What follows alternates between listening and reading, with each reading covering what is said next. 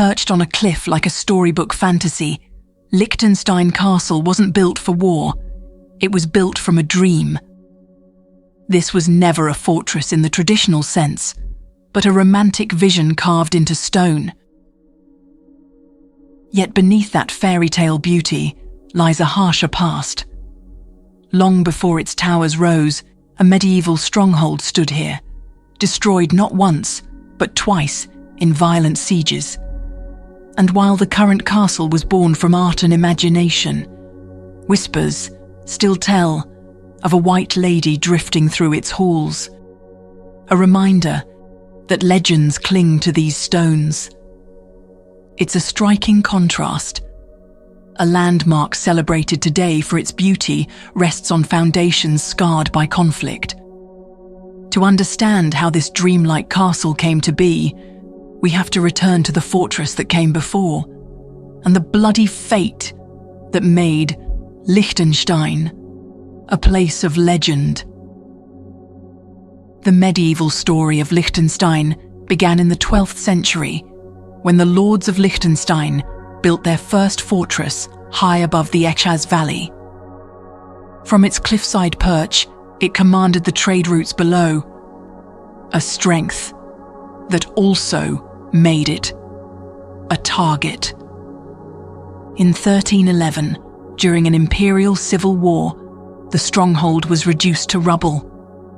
The lords rebuilt, but within 70 years, the citizens of nearby Reutlingen returned, dismantling the fortress stone by stone. By the early 15th century, a new castle rose 500 meters away, its walls thicker and towers defiant. Yet even this stronghold could not escape decline. By 1567 it was abandoned, its stones carted off for cottages and farm walls.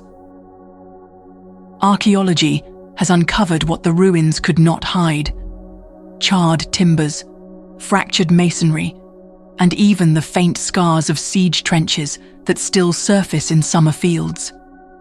Wildflowers now grow where soldiers once clashed, softening but never erasing the violence of the past.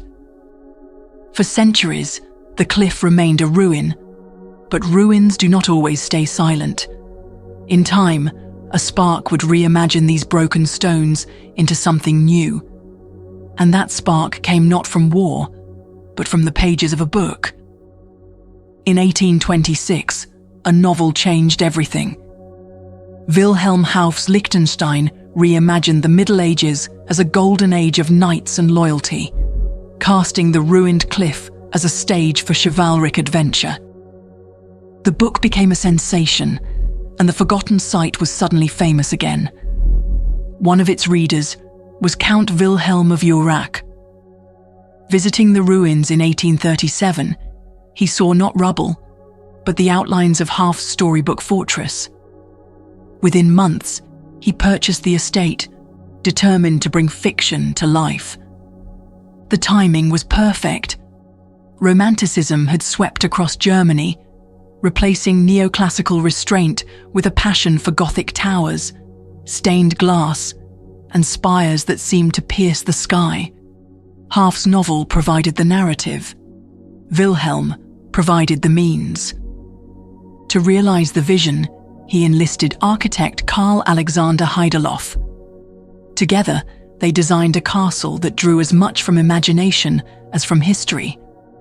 Towers rose from the limestone cliff, chapels were placed for drama, and oversized windows flooded the halls with light. Some details were lifted directly from the novel's illustrations, binding fantasy to stone. By 1842, Lichtenstein Castle was complete. It was never a reconstruction of what had been lost, but a bold creation of art itself, literature transformed into architecture. The vision of Lichtenstein Castle was born of Gothic Revival, a movement that prized atmosphere over strength. Architect Karl Alexander Heideloff borrowed the look of medieval fortresses, but what he built was a castle, shaped for the eye, not for the battlefield. Its features speak of power, while quietly betraying their purpose. The drawbridge spans the entrance, but was never built to resist cannon fire. Battlements crown the walls, yet lack the depth and traps that once shielded garrisons. Even the towers, clinging to the cliff, serve more to dramatize the skyline than to provide real sight lines. Inside, the same story unfolds. The vaulted Knight's Hall gleams with coats of arms, though no war council ever met here. Stained glass in the chapel dazzles in jewel tones where medieval builders would have left only narrow slits. Even the armory, lined with halberds and fluted armor, was designed to evoke memory, not readiness. Prussian critics dismissed it as a stage set, and militarily they were right. Thin walls and oversized windows would crumble under artillery. Yet those very flaws secured its fame. Its delicate silhouette inspired Neuschwanstein and shaped the castles of modern fantasy. Engineers may scoff, but those theatrical choices explain why Lichtenstein still captures imaginations today. Its walls invite not soldiers, but stories. And some of those stories whisper of a figure still wandering the halls. But before we step deeper into those legends, we have a small favor to ask. Most people watch without subscribing, and honestly, we get it. But if you believe imagination matters, if you think places like Lichtenstein Castle, born from a book and carved into a cliff, deserve to be remembered and passed down, then that one click makes all the difference. It helps us keep these stories alive, dreams turned to stone, carried forward for the next generation. So if you're with us, hit that subscribe button. The stories tied to Lichtenstein Castle come less from its halls than from the folklore clinging to its cliff.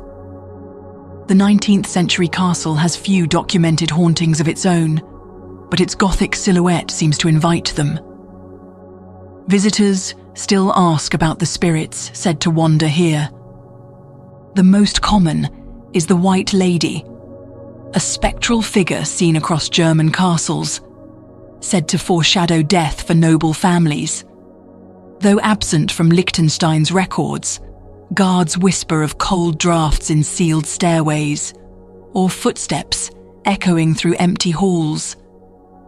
Other tales reach back to the hunting lodge that once stood on the site.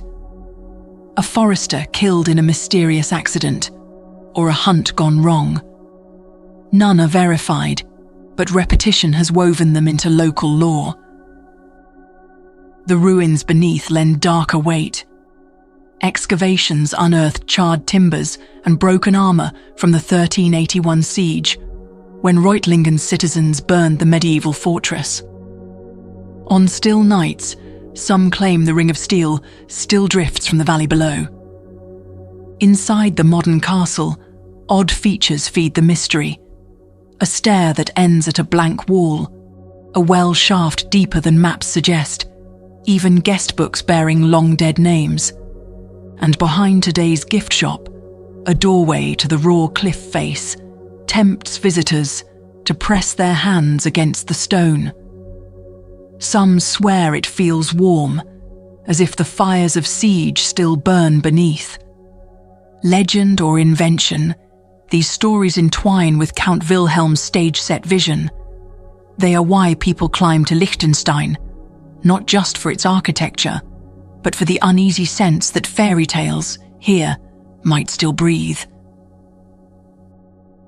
Today, visitors encounter Liechtenstein not as a ruin of war, but as a destination shaped with intent. Marketed as the fairy tale castle of Württemberg, it draws around 150,000 people each year. With only 25 rooms, it feels intimate compared to Neuschwanstein's scale, and sits just an hour south of Stuttgart, reachable by car, or a mix of transit and a final uphill walk. Tours are brief, about 30 minutes but memorable. Photography is restricted, yet pamphlets in English guide visitors through the highlights. an armory lined with weapons, the oak-panelled Knight's Hall, and the Trinkstube, where painted hunting scenes circle a clock that still ticks. Each room is less about authenticity than atmosphere, exactly as Count Wilhelm intended. Outdoors, the terrace provides sweeping panoramas, fog curling through the valley, sunsets gilding the limestone walls, forests unfolding to the horizon. Here, the landscape itself becomes part of the stage. Lichtenstein does not disguise its artifice. Guides openly point out painted arrow slits and newly cut stone alongside genuine medieval fragments in the cellar, where Neuschwanstein overwhelms and Heidelberg fragments. Lichtenstein offers something more condensed, a fairy tale you can walk through. Lichtenstein Castle's legacy lies not in defense or dynasty, but in the ideas it embodied. In a 19th century Germany still fractured into kingdoms and duchies, architecture became a tool of identity. Gothic Revival offered more than pointed arches and stained glass. It promised a shared vision of a noble medieval past. Through its towers and halls, Lichtenstein declared that history could be imagined as much as remembered. Count Wilhelm of Urach understood this. By commissioning Karl Alexander Heideloff, he wasn't preserving a fortress. He was constructing a manifesto. The castle looked ancient, yet every choice was theatrical. Arrow slits, cut for appearance, not archers. Stained glass flooding rooms no knight would have known. Where medieval lords once endured damp stone, the new Lichtenstein offered polished floors and sweeping sightlines. Architecture built to stir emotion, not withstand siege. This vision spread far beyond Württemberg. Germans embraced such castles as symbols of romantic nationalism, believing they revived virtues of chivalry and belonging. Even Ludwig II studied Liechtenstein before dreaming of Neuschwanstein, carrying its silhouette into one of Europe's most iconic fantasies. Even preservation reinforced the illusion. Ivy was trimmed to look untamed, mortar blended to hide repairs, choices less about strength than about preserving the aura of a perfect ruin. Liechtenstein became more than a home. It was a stage where history, literature, and nation-building converged. Its story shows how imagination can reshape culture as surely as stone reshapes a cliff. Lichtenstein Castle shows how imagination can turn a battlefield into a fairy tale. Where two medieval fortresses once fell to fire and siege, a 19th century duke raised a castle inspired by fiction. The Urach family still owns it, its stained glass catching the same light it did in 1842. Guides remind visitors this castle never saw combat, its drawbridge and towers built for spectacle, not defense. But perhaps that's the point. The illusion is the legacy, and it's why people still climb the cliff today. Tell us in the comments, do you prefer the honest grit of ruins or the curated romance of reconstructions? And stay with us, because next in our countdown, legend didn't just inspire a castle, it rewrote its very stones.